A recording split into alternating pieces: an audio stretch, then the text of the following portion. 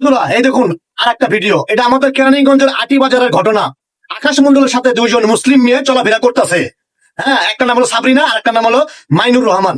এই দুই মেয়ে নিকাব পরে হিজাবি পরে এই হিন্দু ছেলেটার সাথে ঘোরাফেরা করতেছে, তাদের নিজের সতীত্ব বিলিয়ে দিতেছে। কিভাবে সম্ভব ভাই?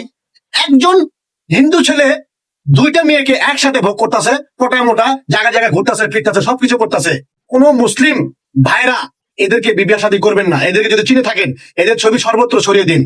একজন মুসলিম মেয়ে হয়ে হিন্দুদের সাথে এভাবে চলাফেরা করতেছে, হ্যাঁ, কফি খাইতেছে, হোটেলে গেতেছে, জায়গা জায়গায় ঘুরতেছে, হ্যাঁ, হয়তোবা একে অপর মুসলিম হয়ে একে অপরে সহযোগিতা করতেছে। এই আকাশমন্ডলের সাথে তাদের কি প্রেমের সম্পর্ক, নিজের ইজ্জত বিলিয়ে দিতেছে। আমার চিন্তা করা উচিত, আমার কষ্ট হয়। এসব ভিডিও কি তাদের বাপ মারা দেখে না? এইসব ভিডিও কি তাদের বড় ভাইরা দেখে না?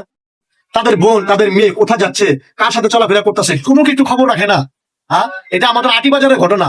আকাশমন্ডলের সাথে ঘুরতেছে, প্রেমে হাবুডুবু খাইতেছে এই মুসলমান দুই তরুণী, এবং নিকাব কইরা একদম সাজুগুজু কইরা ইসলামিক লেবাস ধরে, হ্যাঁ, হিন্দুদের সাথে চলাফেরা করতেছে। আপনারা বেশি বেশি ভিডিওটা সর্বত্র শেয়ার করুন। এসব মুখোশধারী, এসব শয়তান মেয়েদেরকে যাতে কোনো মুসলিম ঘরের সন্তানেরা বিয়ে না করে, হ্যাঁ, এটা যাতে বিবাহ বানজানি দেয়। কারণ কোন মুসলিম মেয়ে যদি খারাপ হয়, তাদেরকে কেউ যদি দেখতে আসে বিবাহ করার জন্য, তাদের বিবাহ বানজানি দেওয়া এটা কি কোনো গুনাহ হবে না?